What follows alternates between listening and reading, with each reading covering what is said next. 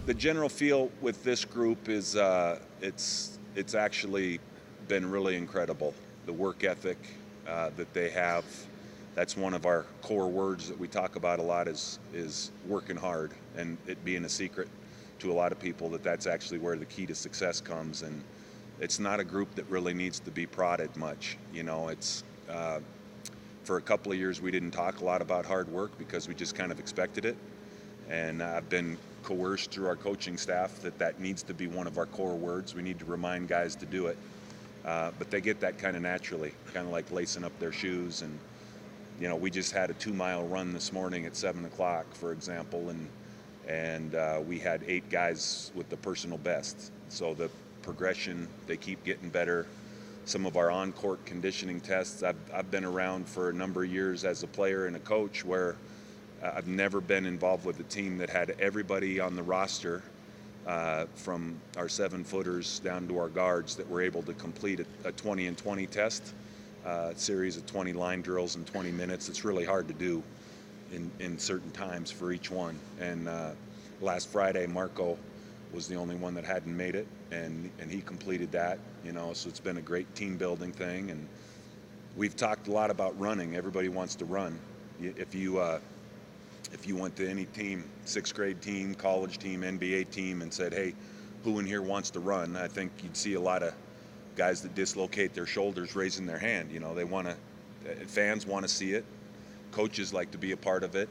Players want to be a part of it, but not everybody wants to commit to the conditioning that it takes. And I'm really confident that we're going to be able to pick up the tempo offensively and defensively because of their commitment. And also hand in hand with that is the fact that we're going to be a lot deeper. We've got some guys that can give a 4-minute or a 6-minute effort on the court, and we know that we've got somebody we can pass the torch off to and come in and do the same thing.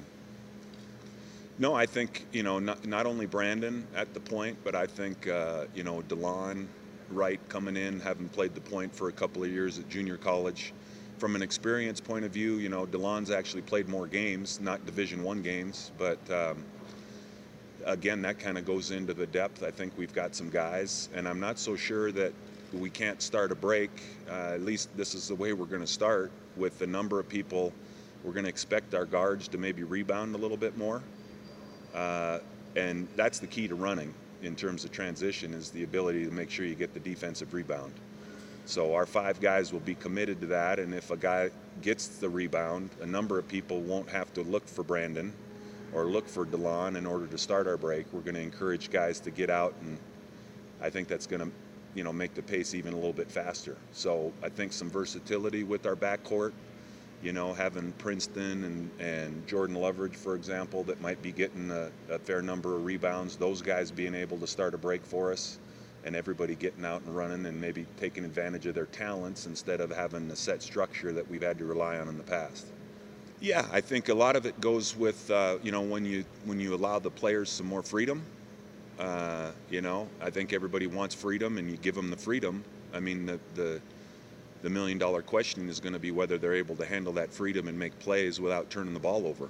I don't want to be a coach that's calling a play every time and trying to dictate what we do specifically. There's going to be plenty of times within a game that we're going to run a specific action, but I'd like to have it be a player-led team, and that's not going to be against my nature, I don't believe. It's just something in the last couple of years, maybe it's been more of necessity to slow some of the pace down and make sure we're getting a good shot.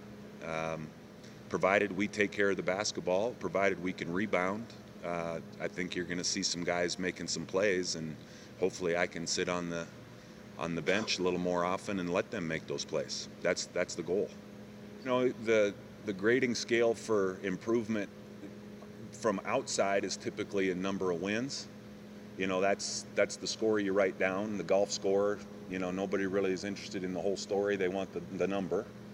But the key for us, I think, daily is to be making some improvements and making sure that we're, improving some of our deficiencies as we go on. I think that will lead to more wins.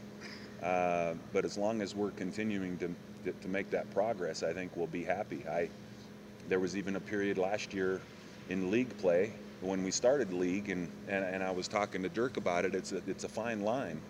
When you start the league off at Arizona State and you lose in overtime in a game that maybe you could consider we gave away, then you go to Arizona and lose by 3, and then you lose to UCLA by 3.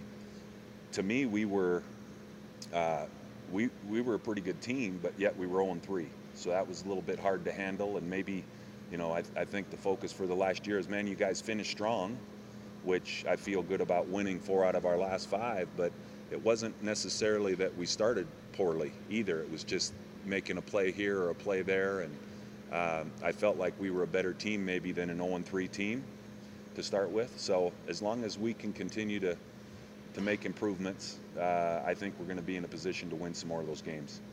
Well, I'm not really big in, placing a leadership title on anybody. We're seeing it in a lot of different ways right now. Some leadership. I think Brandon Taylor is maybe a little bit more vocal than some.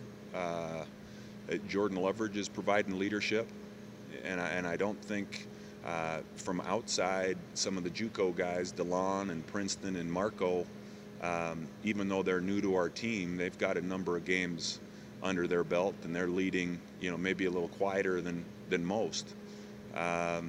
It's exciting. We're looking forward to Friday so we can get on the court and see some of these guys start to step up as leaders, and yet to be determined. But I think there's plenty of guys there that are capable of doing that. I'm extremely excited, and it's not cliche or what I'm supposed to say. I just I think we're at a position. I've mentioned it before, and I don't want to beat the past or bring it up a whole lot. But I think in my mind, I could sum it up with year 1 being a little bit about survival.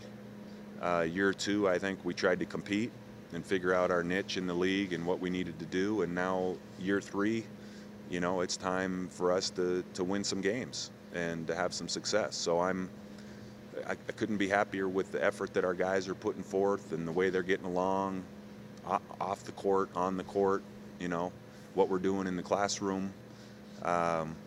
Still, my feeling is if we can get this group to play defense and play as hard as we have the last couple of years, then that's going to be the $1 million question.